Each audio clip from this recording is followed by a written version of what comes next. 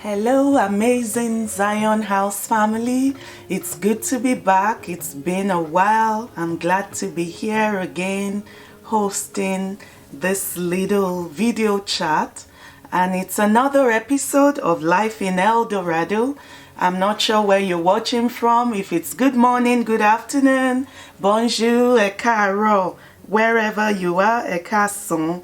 And I hope I met you well today. I hope it's well with you and your family and you're keeping safe in these pandemic times.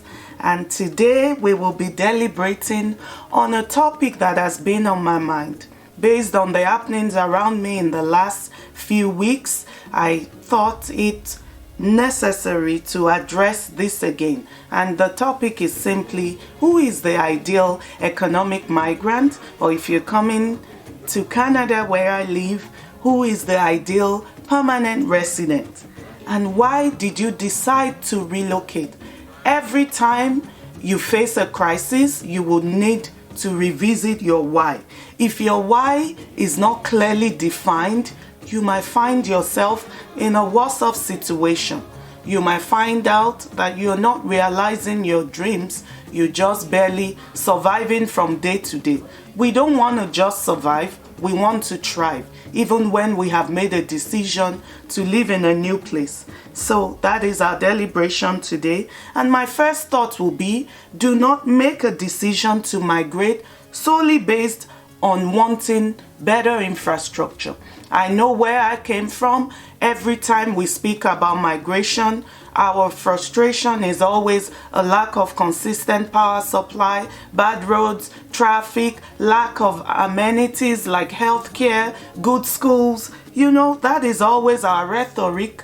But in this Western world, all those things are not missing, but there are other challenges. And those challenges most times are not quite tangible. They're not something you can really describe because everybody's situation is different. But what we begin to find in recent times, it's a big strain on mental well-being. And that is a great concern of mine. I want people to migrate and to thrive, to migrate and be happy. And that is why I'm doing this recording today. So do not make your decision solely based on better infrastructure. You have to have a deep why you want to migrate. Or else when crisis hits and the reality comes to play, it will be difficult for you to maintain your composure. And again, you have the second point will be you need to conduct your, we call it point de départ in French, point de départ analysis. That is, you need to do your critical analysis. You need to make your calculated assumptions before you leave your country of origin. Now, this is easier said than done. Because if you had consulted Google, for instance, you're looking for a job in a specific industry, you would have gone to Google. It will show you a list of brilliant jobs. Well, it did that to me when I was going to relocate. I saw all the jobs. I saw the salaries that I could earn. I was really excited. In fact, in my own case, I went on to take exams just to be prepared for my country, my destination country. But on arrival, the situation was quite different. I remember coming newly into Canada then, and the recruiter would tell me, oh, you need this certification and you need that certification. And being the very serious type, I would say, like I went on to take those exams, within a short time. And then the next thing the recruiter told me was, now you are overqualified. And then the normal one that everybody gets, oh, you do not have Canadian experience. So these things will come to play. But if you conduct a good and a thorough, detailed point de départ analysis, it helps you on your journey. Sometimes your analysis needs to go beyond just Googling. You need to speak to real life people, people that will be sincere with you, authentic people that will tell you how it really is. For me, I scored good points on the career point. Eventually, I came in to Canada. It was a good time. It was in the boom. So finding work was not that difficult. It was a little bit difficult. It took a couple of months. But then when I was really serious with those applications, the opportunities started rolling in.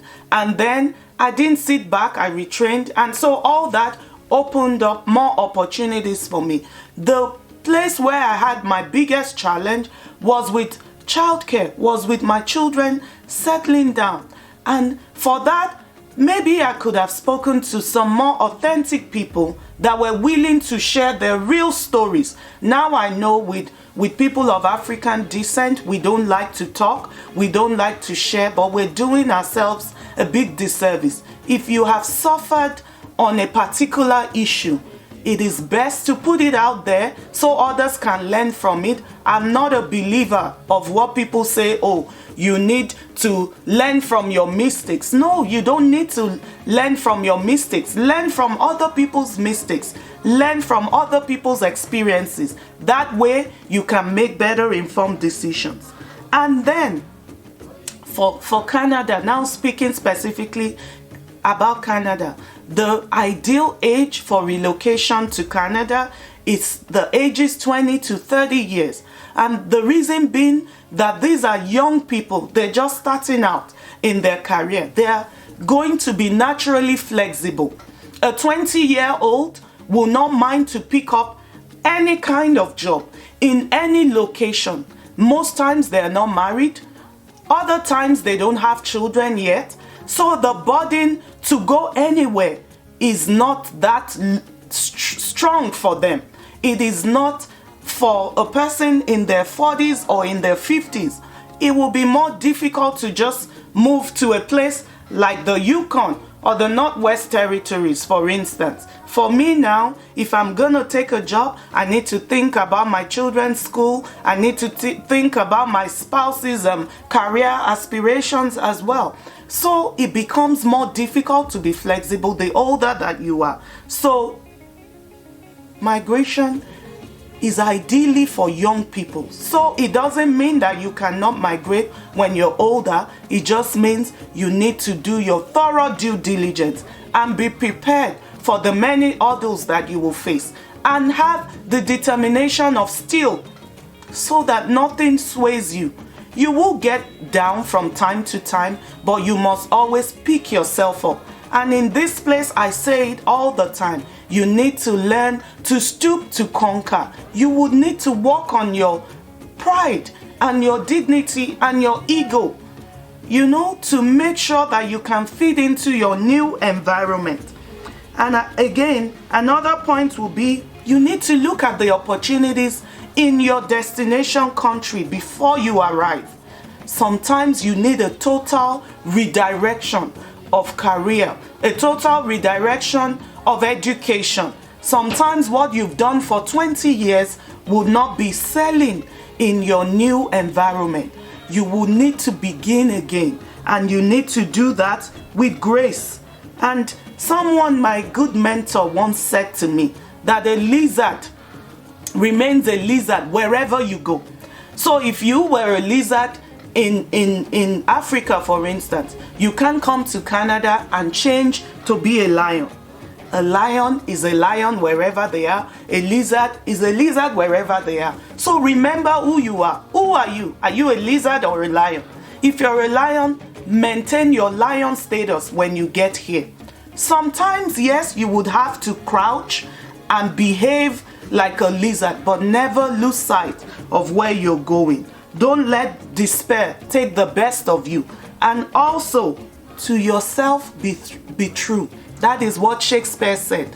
If you lie to everybody around you, don't lie to yourself. Look at yourself in the mirror, evaluate your situation, and make the best choice for you at every point in time.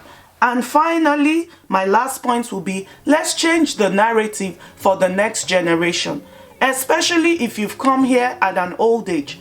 Some dreams you might not be able to realize fully just because of your season of life. But then do not waste your time brooding make sure you change the narrative for your children. The next generation is depending on you for better opportunities.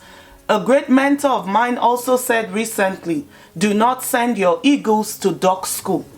If you are raising eagles, send them to eagle school. That will stretch you in resources, in time. Make sure you invest fully in the future of your children.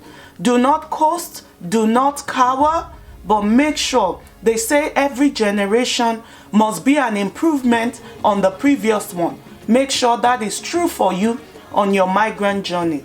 And I hope again that you've been able to pick 1 or 2 points. Let's talk in the chat and in the comment section, and let's have a better and a broader discussion. I want you to thrive in your new country of choice. And so I hope you've been able to learn a thing or two in this episode of Life in Eldorado. Till I come your way again next time, Zion House family, stay strong and keep soaring.